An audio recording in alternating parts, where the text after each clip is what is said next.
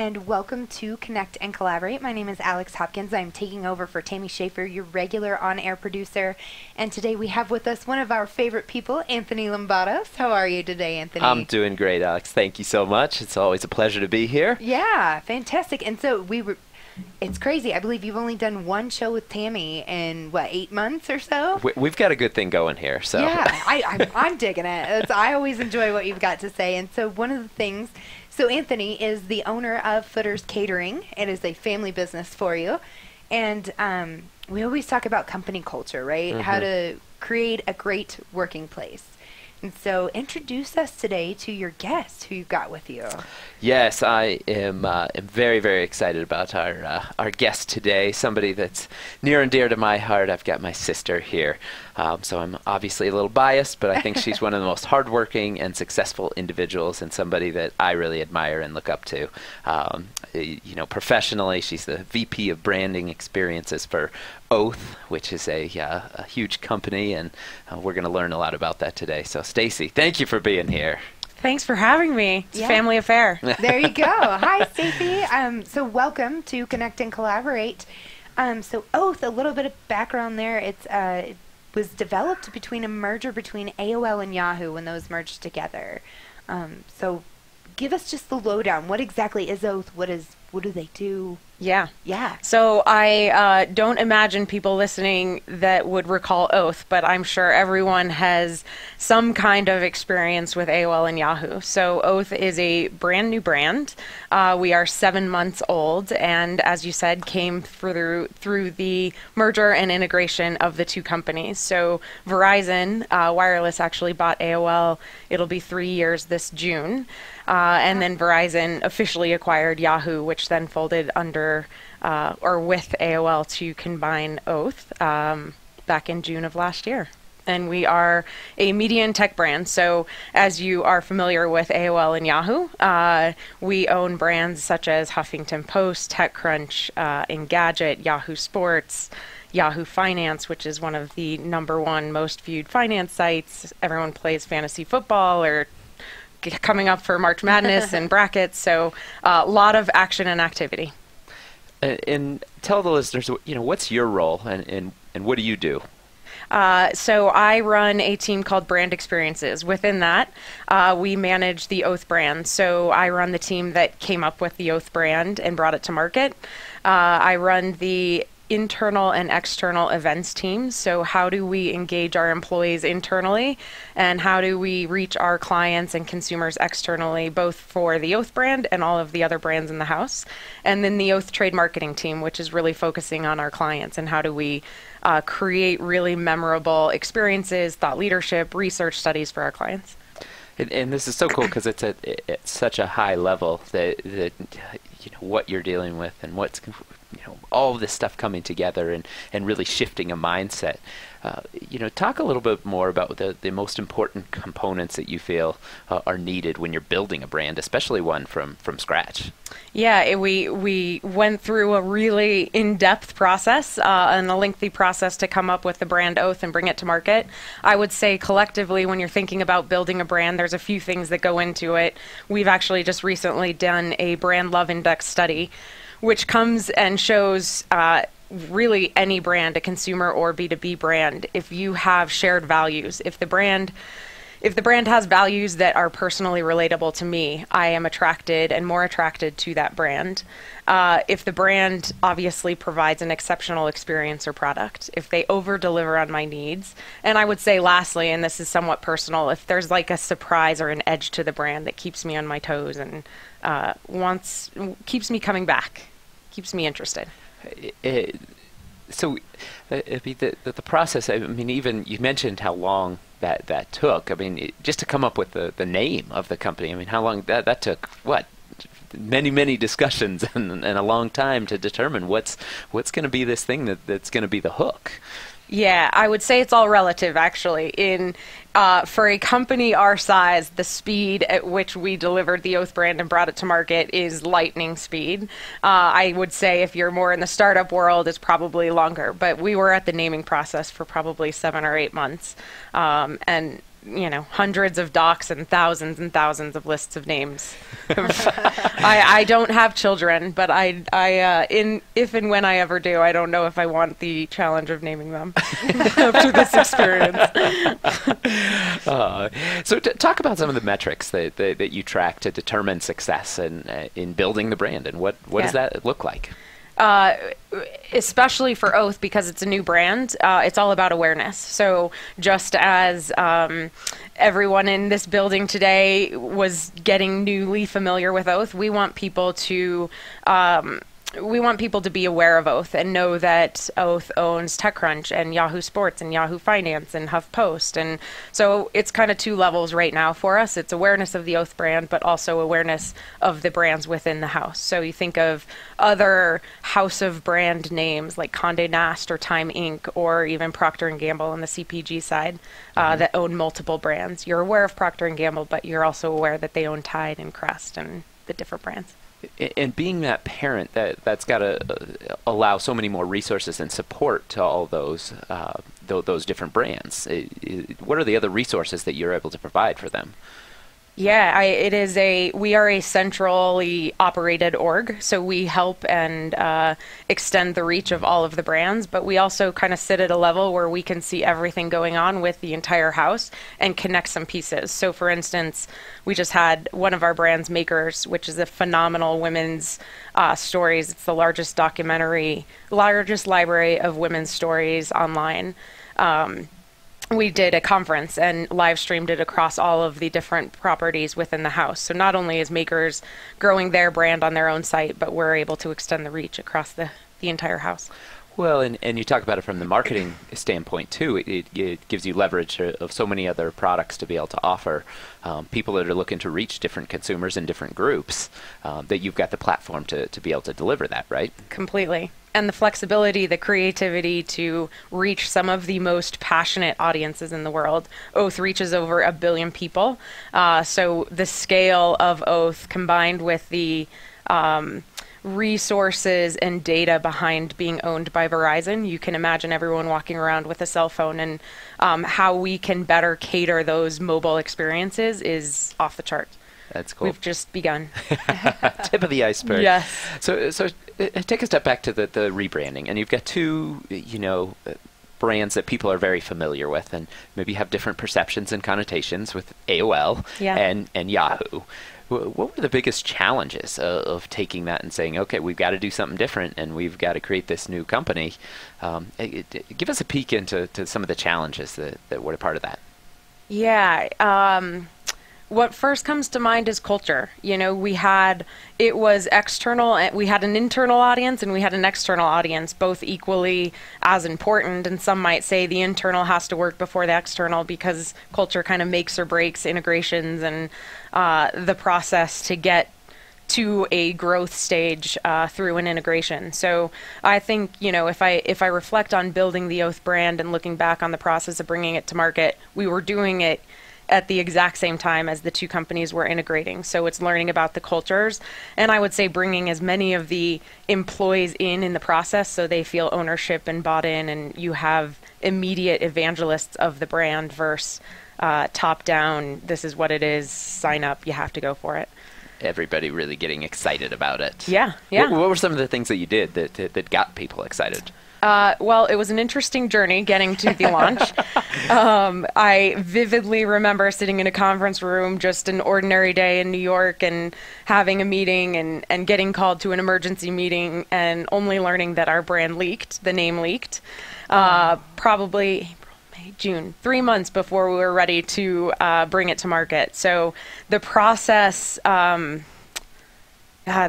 was crazy, but it was in hindsight a little bit meant to be. It gave us some time to introduce the Oath brand to the market and to the world, but then explain it. So when you ask what are some of the things we did, I think communicate early and often. It was such an ambiguous time, and people were so uncertain, and some people knew the name, some people didn't know the name, then everyone knew the name, and then we went out with the name of Oath. And there were obviously some questions, because it's not a very obvious name of a media and tech company to name themselves. So the education behind it and the personal conversations were equally as important. Give us a bit. Why Oath? I mean, why? How did that end up? And I want you to tie in some of the my oaths that people have. Yeah. We went through so many different directions of names. We went through a Greek goddess and god naming. One idea was Techne, and one day we looked at ourselves and we're like, we don't know what Techne means. You have to look it up. It was like the Greek god of technology or something. We went through a very literal stage where like campus or some, what a house of collective assets would look like or sound like or feel like. But at the end of the day, and after the thousands of ideas and names that were thrown out, we said, hey, here's 2 iconic internet brands that really started the internet and have so much legacy, so much loyalty. There are still millions and millions of people that use AOL and Yahoo products. What is the one thing that's going to tie these brands and these companies and these employees together? And it was really like values and our heritage and a commitment to these brands. We're not going to merge and just throw away the brands or, that we were in this and we wanted to show the investment to everything in the house, which kind of came to commitment and making an oath and expressing a commitment to our brands and I our really people. like that. That's yeah. It makes more sense now, right? Actually, it really does. Yeah, 'cause it's like Yeah. Because when you think of a merger, at least for me personally, when I think of a merger, I think of like Benifer, right? Like the merging of names. And so I was like, where are We gonna had go, some of those right? ideas thrown out from employees. Yahoo, like what are we gonna do here? But I love that story. That's nice. It's beautiful for you guys. And all the employees have their oath. Right. So in the process, and Tim Armstrong, our CEO, who is wildly creative and strategic and smart, he's an incredible CEO, was very involved in the process. And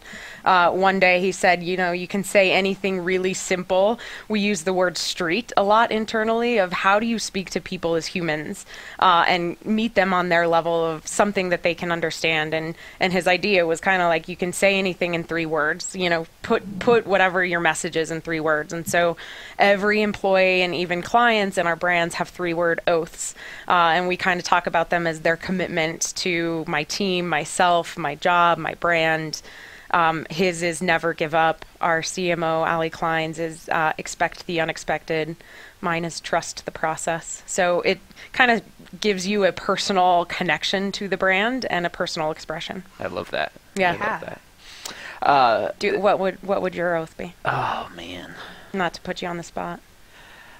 Well, it's interesting because today we were doing something at Footers, and I was sharing my personal leadership philosophy with the rest of our team. It's something that I think people have generally or kind of have some awareness, but no one ever really takes time to write that down. Yeah. And so taking that time really gives you that direction when you're making decisions. So there's so many things from that I'm thinking of.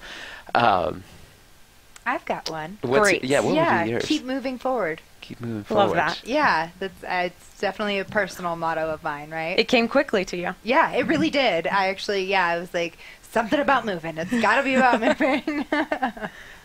Mine would be something about having fun or work hard. Yeah, work hard, have fun is too many words. 4 words. I don't know. You can have an exception. I'm gonna have to think about it, but that's cool. So talk to us about the merging of 2 companies and some of the lessons maybe you learned through AOL and Yahoo merging. The one I would say just communicate early and often. I think transparency is also key and critical. I think through an integration, there are obviously some things that you can't say and you can't communicate to employees, but as much as you can and as much transparency as you can give teams through change is, that is not a media and tech piece of advice. I think that's a human piece of advice of the more people feel communicated to and listened to, the better. Relationships matter. I think, just meeting people and build, having the confidence to reach out to new people and say, hey, this is what I do. And wanting to learn about people. I think you never know where people are going to end up in the shuffle and the teams, and just really starting on a level of getting to know someone personally versus what do you do and what are you taking my job, or there's so much ambiguity through an integration that I think approaching conversations and relationships with compassion and how are you and Yeah. where are you from? So how did the two cultures differ? Because you had, Yeah. one based in New York, right? One Yep. based in California. That's enough of a clash right That's there. you've answered the question. Truly, and I would say that in where the two companies were headquartered. So AOL was based in New York, and Yahoo was based in Sunnyvale, or is based in Sunnyvale, California, Northern California, and so I think just the cultures and the pace of those two cities are very different, but the CEOs of the two companies were very different and had very different leadership styles. It is known that Tim is a very charismatic marketing and sales-led CEO. He came from Google on the sales side and had a ton of accomplishment there. And so, the AOL culture was really driven by experiences in marketing and sales and a very energetic culture. And Marissa on the Yahoo side was a product person and really believed in building the best products. And Yahoo came to AOL and Verizon with incredible products and brands that consumers loved and used daily, habitually. So I think coming from a media or a marketing and sales culture and a product-driven engineering culture, those two companies coming together is a perfect marriage, but also a learning curve for both sides. For sure. Yeah. Yeah. Talk about the employee experience a little bit in terms of, what happened when you brought those two cultures together? How did it impact culture and, the employees? Yeah, I think from a leadership point of view, it was fast and furious in getting to know everyone and trying to build teams that were going to be productive and efficient within days of the integration, because it was like, okay, we're one company, we got to roll. So learning the business and learning how each culture and team operated, I think employees had a ton of a learning curve there. From a cultural standpoint, we held happy hours in every single office around the globe. They were oath-led with the brands, so people got to know and exposure to all of the brands within the house and exposure to the Oath brand.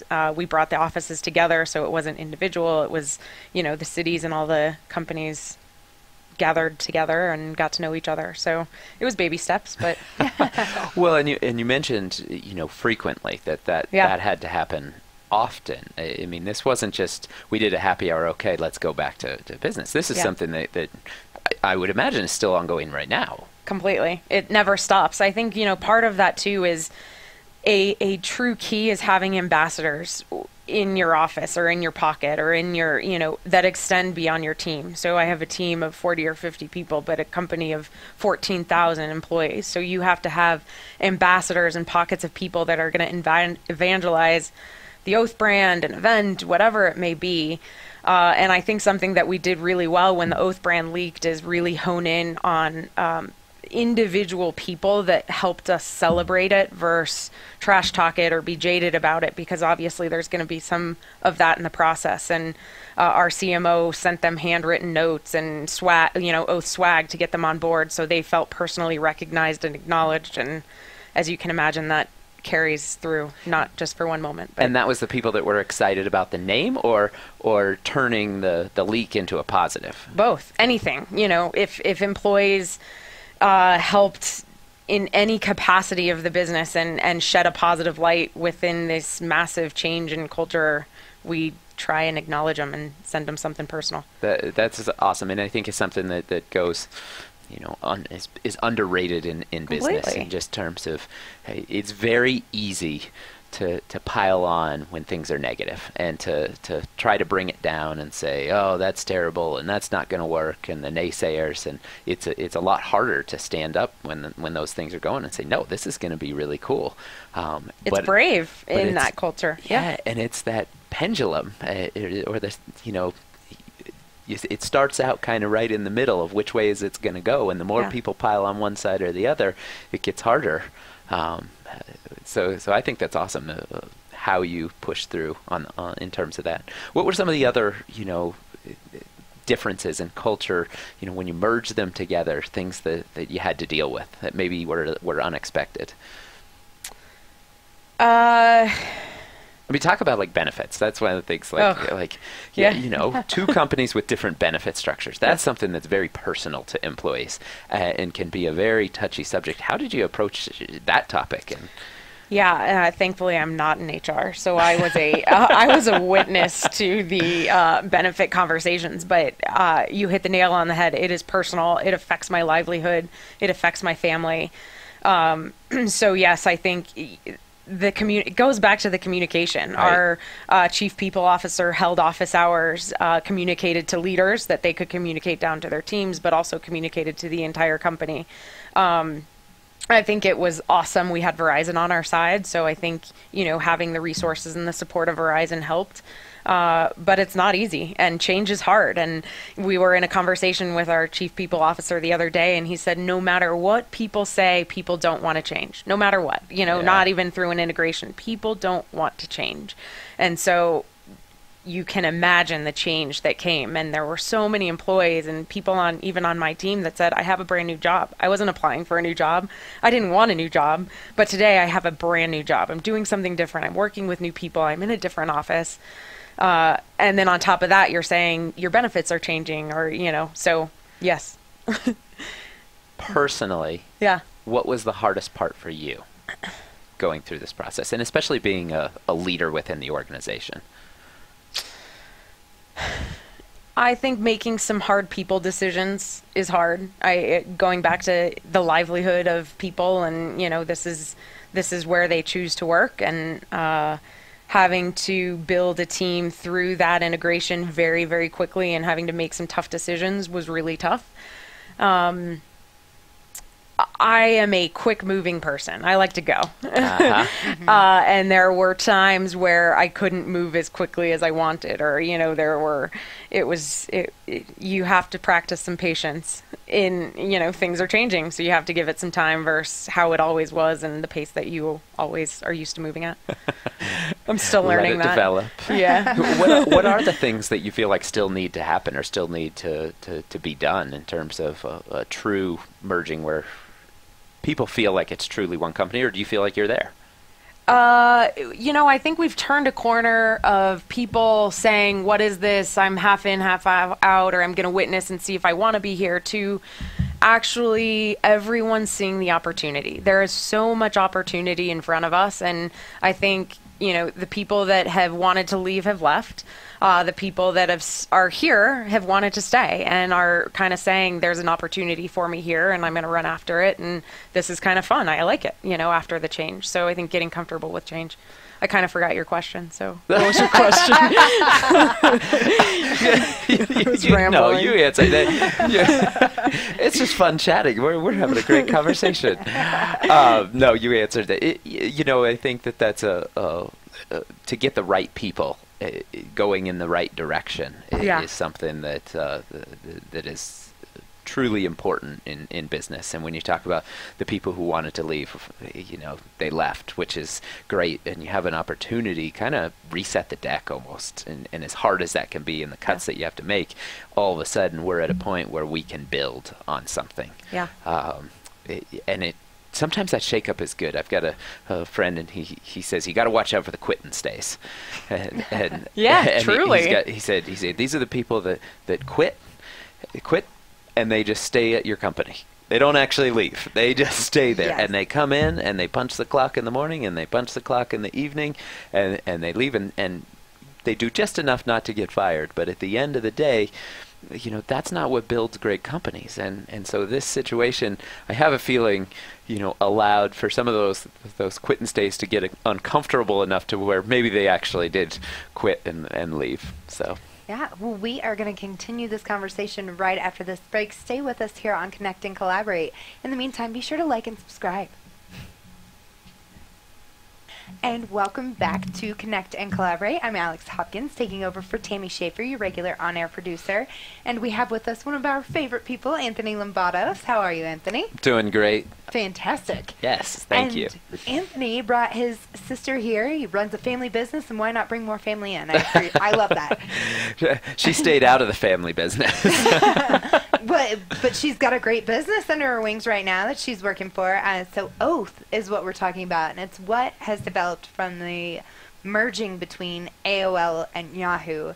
And I don't know about you guys, but the two things that I associate, so I have a Yahoo email address. It's the only one I check. I love it. Yeah, I hate to throw Gmail under the bus, but that one is now my trash email, so to speak. It's where all my spam is, and like when you sign up for something, you put that on there. Exactly, and mostly because it was a smaller name too for my Gmail account, and so I have to really focus on my Yahoo name, right, to get it all right. And so, I have to ask: am I going to have to change it to @Oath now? No, it's just going to get better for you. Okay. Lovely. Yes. There are, you are not alone. You are in massive company of Yahoo Mail users. And I would say with Oath and the integration of all of the assets of AOL and Yahoo, your user experience will only get better. So we were actually talking today of the medal counter, and you can kind of track, or we're learning what you're interested in and being able to kind of provide you content around the platform as well, so that you are delivered some relevant content. But it's only getting bigger and stronger. I'm happy to say. Now, on the other side, for Yeah. AOL, and I will admit, I have not used this feature since I was about 14, but AIM just went away. That's the AOL Instant Messenger.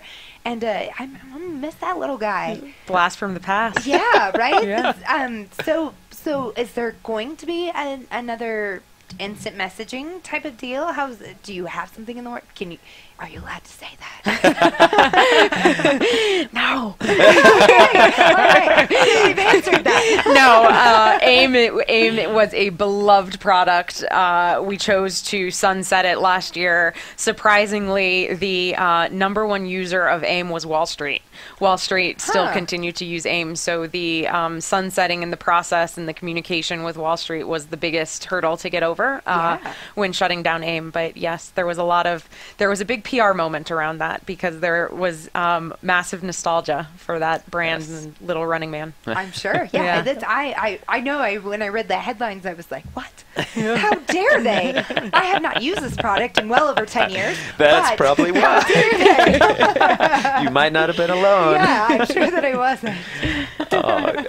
Well, this is great, and we have such great guests that come in each month, and usually I love to talk about creating a great place to work. It's something that's near and dear to my heart, and I think this is going to be great because it's on a company on a whole different scale. A lot of the people I usually talk to are small business owners, and so I'm curious, from your perspective, Stacy, what do you think it takes to create a great place to work?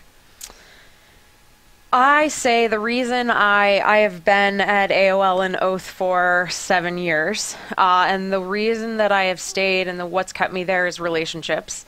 Relationships and opportunity. I think the people that you work with, they often say, right, you spend more time at work than at home, matter. And if you're going to work with people that you love working with and that can excite you and bring out the best in you, or even see things that you don't even see in yourself, that standalone, hands down, is what makes a great place for me to work.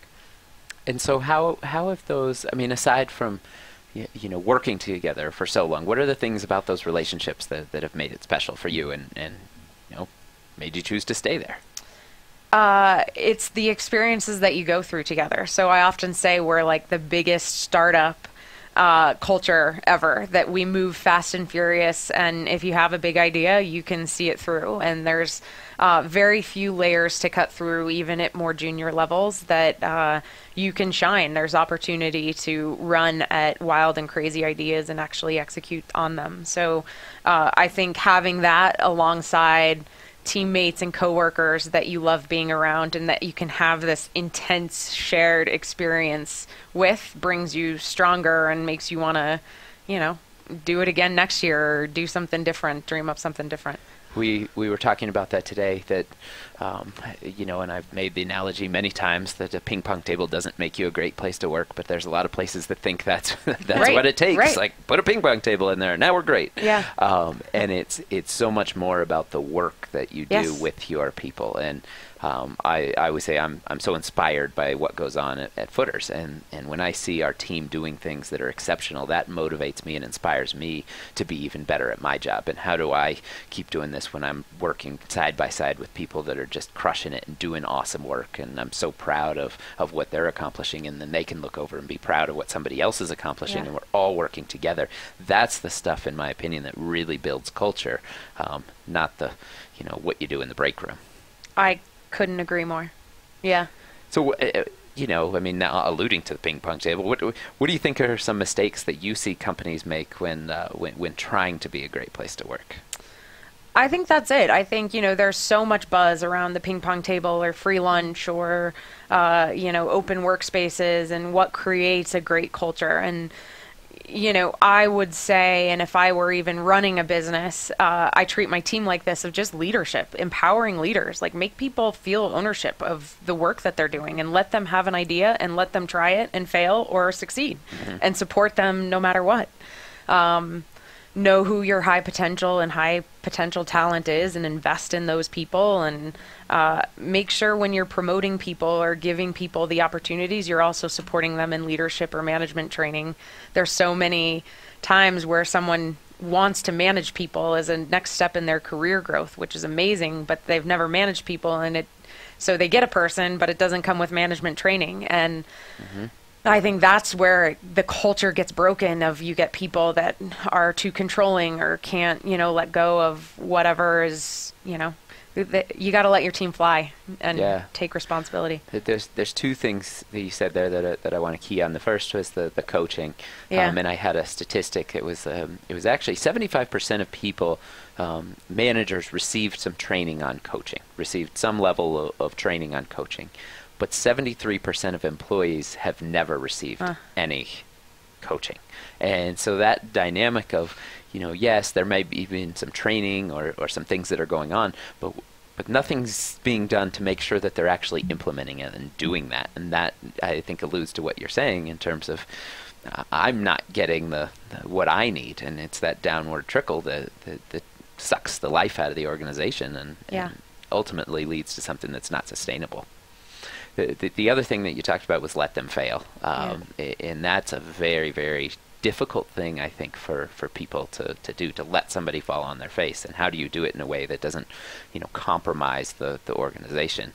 At Footers, we talk about, if you can answer these three questions, yes. So is it right for the customer? Is it right for the company? And are you willing to be held accountable for it? And if you can answer yes to all three of those things, you don't have to ask, just do it. Just make it happen. And if you make a wrong decision, we'll have a conversation with you. We'll chat about how we could get back on the right track, or maybe how you could have looked at it differently. But we're going to back you up if you can answer those three things correctly. If we've hired the right people, it'll work out. Any other tips you have, for kind of holding back and letting somebody fall on their face? I have a situation right now where we have a project going on in the team. Someone fairly junior is leading it. That's probably over her skis, but she's taking a risk and she's growing and getting better for it. And we're being questioned of, is this the right way to spend money, and is this the right place to put resources? And I think to the point of, back to the culture conversation of, it's easy to bash the culture when things are changing. Right. It's also hard to defend something that's being questioned, especially if it's on your team and if it's some team member that you love and, care about. And I think right now I'm defending it and saying, we're not going to give up on it because one person or two people don't see the value in it, that there is value in it. And sometimes going through that process and being questioned and backed through a difficult situation makes the outcome even stronger too. So that's really cool. Yeah, everyone's going to have an opinion, but I think, especially in a leadership role, you gotta have a backbone and a stance to stand your own ground on. Yeah. So, we talked about the fact that, the relationships, the opportunity, the fast pace, and what's going on. What are, maybe taking it to the perks or the things. I think perks can be great as long as people care about them and it's things that people want. And that then all of a sudden is part of the culture. And it's not just, well, Silicon Valley's doing this, we should do that. Yeah. What's right for you? So what are some of the things that are right for Oath and your culture that people really appreciate? One thing, I'm interviewing for an important role on the team, and almost every candidate is, I don't work in a corporate office, or I don't work in a home base office for Oath, and almost every person questions that of why and how do I do that. And I think culturally, and I don't know if it's even a perk of just where the world is going, we are on Hangouts and video conferences every single day, and there is not a meeting that happens within the company that there's not someone on a Hangout in a different part of the world. And I think at Oath, we're really comfortable with that you don't have to be at your desk at 9 a.m. or you're not going to get scolded if you leave early, that everyone's working really hard and everyone deeply cares. I shouldn't say everyone. That's a very broad statement for 14,000 employees. My stance is that, my team, you give people the freedom to live their lives. I think they're going to give you more. So culturally, I think that really works for us, is the ability to take a call from anywhere and be able to see each other. Video matters. I won't take a phone call. I will encourage all interviews to be on video, and it adds a human element to it. I have a question about, and it's definitely a general. I don't know that Oath could be held accountable for a good answer for this, but while I think that's a great plan, right? I would love to be able to work from anywhere in the world, and actually, I did that for here. I was doing editing, and I went to Amsterdam for a week. And I was able to work from Amsterdam, right? And it only was about an hour a day, and so I was able to give up that time. I was willing to do that.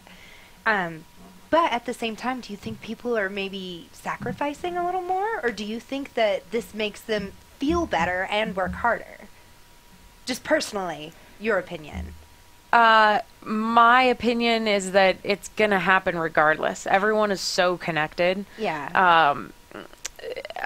My boss always says you have to make your own boundaries. No one's going to create your boundaries. So it's going to happen regardless if you give them, you have to be here or you don't have to be here. I think they feel more valued that if their kid has a piano recital at 9 a.m. on a Tuesday and they can go do that, they're going to work. Yeah. They're going to care more when you need them to care. Right, exactly. Yeah. Yeah. Flexibility is something that can be done, and especially in this shift in mindset that I have to see you for you to be working is kind of silly and undermines that level of trust that you potentially could be building on the flip side of I trust you to do the job, and not getting so caught up about the one or two people that are gonna take advantage of it or be the bad apple. That 98% of people are probably gonna be on the up and up. If they're trusted to do their job, if they're doing work they're excited about, if they're not being watched over every other second and judged in every decision they make, sky's the limit. Yeah. Exactly. Go get it. Yeah. I love that. We talked about communication a little bit. We also get free food, or we get free lunch. But that's new, right? That's new for the AOL side. That was not new for the Yahoo side. So that was it's a nice perk. That is right? a very nice perk. Are you hiring? No, I'm just I wasn't jonesing for it on the AOL side, but it is definitely appreciative. Yeah. We do free lunch at Footers, so Alex, you can come over. over the street. anytime. I am coming over. Let us know. So we talked about communication a little bit, and the importance of doing it often and frequently.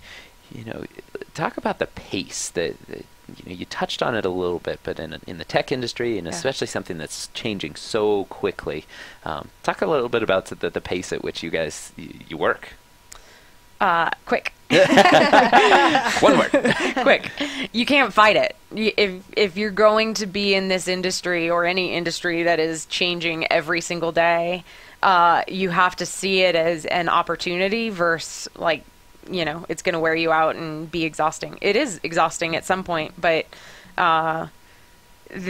what we're doing and the opportunities that we have, even from just a culturally relevant to tell human stories and to tell stories that matter and to raise women's voice in such a delicate and sensitive culture right now. There's so much there's so much good work that we're doing too that the pace just, I think, fuels all of that opportunity. Well, and to give the listeners some scope, I mean, even just, you know, you plan to, your team put together a global sales conference for, 2,000 people, and what was the time frame that they planned that in? I think a month and a half, 2 months? Yeah. 2 months? 8 weeks, maybe. Yeah. 8, Wow. 9 weeks that they were able to put together something that most other companies, it takes them a full year, A year, at a minimum least. Yeah. to put that together, and to be able to do that. And it's not like, you guys just throw a bunch of people or resources at it. It's a high expectation, and people deliver. And when that pressure is on, it's impressive. So I think it's a really cool thing to see the people that you work with, and how everybody has bought into, we can do this. Yeah, and I think it speaks to the breadth and depth of things that we're doing. So that was an internal conference to excite and ignite the sales team, but we just launched a deal with the NFL that you can now, could watch the Super Bowl on Yahoo Sports app. That's never been done. So, there's so much going on the content and the consumer side too that is fueling the product, the engineer, the marketing teams on the specific brands. Do you know how many people watched it on the... Millions, Millions? lots, yes. But that's crazy. I Yeah. mean, that's millions of people, not on their TV, watched it on the Yahoo Sports app. That's really cool. Talk about how information gets from the leadership to the rest of the team. I mean, especially with 14,000 employees, how are those key messages communicated to all the employees? It's interesting you're asking this right now as we're going through this process of rethinking how we communicate to employees. Since we are a media company, we have the advantage of having multiple studios and multiple personalities within the company. So we just launched a daily video, 2 to 3 minute daily video for employees that gives them the top stories of the day, and then they go on with their day. And then we are closing the day with a daily email recap of anything else that didn't make the daily video. It's a production. It takes a lot of work. So we're trying it. We are a global company, so the content has to be relevant for the entire company, not just the U.S. or not just one office. So it's a big undertaking, but that is the new creative way to help engage employees and everything that's going on. There's so much going on that it's hard to meet people where they are of how they want to consume information. We use Slack. We're big users of Slack internally, so we have Slack channels of giving updates, obviously email, and then we have what we call all-ins, which are global company meetings every other month. And everybody... The entire company, it's a webcast. Gets cool. on and Yep. views what... And you mentioned, I mean, that's another thing we didn't talk about. I mean, you've got offices all over the world, right? Yep. I mean, that's, France and Australia and UK and Yep. everywhere. Hong Kong, Singapore, yeah, That's- Germany. That just has a whole nother set of challenges for another day. Completely. We'll do the international version. Right. Talk a little bit about how employees are recognized at Oath. You mentioned, sending swag to the people that were kind of the ambassadors, but what are some of the other things that are done within the company to recognize the contributions of the team? Yeah, I think, you go from macro to micro. So macro, we are trying to acknowledge and award big teams or projects within the company with kind of value awards. So awards that recognize employees that are living and breathing and working towards our values, our company values. So that's on the macro scale. They get acknowledged and recognized in one of the all-in meetings. And there's some financial and incentive contributions to that. I think spot bonuses and, even just travel and being able to travel and see a new office or opportunity there on an individual basis. And then within our marketing team, we really try and focus on the leadership development and focus on high performers and give them coaching, time with a leadership coach or a even life coach to help them be well-rounded human beings at work and really investing in them personally. Mm-hmm. Conferences, I send, employees to conferences that they want to go to outside of working a conference, but actually attending and learning. So there's a lot of things. You mentioned traveling and visiting other offices. Is that a structured program that people can say, hey, I'd like to go work, in New York for a week, or is that just, when I have got to be there or meetings? Tell me more about that. Right now, it's specifically run within teams, or it's just something I do and help with my team. But when we were launching the brand, one idea that did come up is kind of an exchange program, so you could kind of flip roles with someone or go work in a different office. And I hope we bring that to life sometime soon. That's cool. Yeah. That's really cool. Well, speaking of flipping roles, I'd like to ask Anthony to update us with Footers. Oh, yes. What do we have going on? It's an exciting time. We are headed to the CaterSource Catering Convention in Las Vegas, so it's always one of our favorite times of the year to be able to go and gather with so many other people in the industry and talk about what they're doing in different cities, learn from our peers, and we're very fortunate we do quite a bit of education as well. So I'll be doing some presentations, and then Jason and Heather, our executive chefs, they're doing presentations. So I'm very proud of them for putting themselves out there and getting up on the big stage to talk about what they're working on. And it's a really cool opportunity. We're bringing 10 of our employees, so it's a big deal. And Vegas is always a good time. Anytime you get caterers together for a conference, it's always fun. So I can imagine. How do you pick those 10 people? That's a good question. It's we haven't always brought that many people, but I have seen so much more investment of our people in the conference as a whole, and so they've gotten more involved. And in the early days, we'd go and you'd listen to the sessions, and you'd take your notes, and you'd maybe talk to a few people, and then you'd go home and maybe implement a few things. But over the past 3 to 5 years, we've really gotten ingrained with the organization as a whole and the different groups. So Jason and Heather are part of the Culinary Council within the International Catering Association. Cool. And so they are really respected and looked at as leaders. And so they, through speaking, they are invited to come and share what they're doing.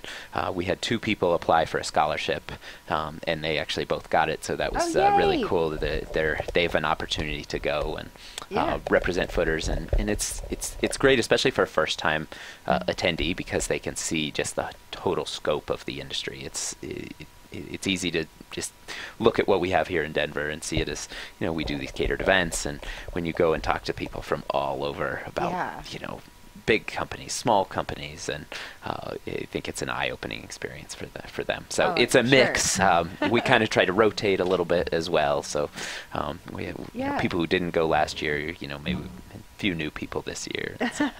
Yes. A lot of fun. So that's what's going on, and we're very fortunate. We're up for 2 national awards. So we're up for Best Multi-Day Event and Best Signature Event. So we're finalists among 3 other companies for the Katie Awards, is what they call them. Nice. And so we're excited and crossing our fingers that we'll come home with some hardware. We'll keep our fingers crossed for you here at Covert too. And you know what? If you've missed any of Anthony's past shows, go ahead and check out cobrt.com/radio for our radio podcast page, and look up Anthony Lambatos or Footers Catering there, and you can find his past shows. And be sure to sign up for our newsletter while you're there. Follow us on Twitter, LinkedIn, and Facebook, and also like and subscribe. Thank you so much. It has been great having you both on today. Thank you. And Stacey, thank you so much for joining today. This was a lot of fun. Thanks for having me. Yeah, Loved it. Of course. Thank you, and we will see you tomorrow.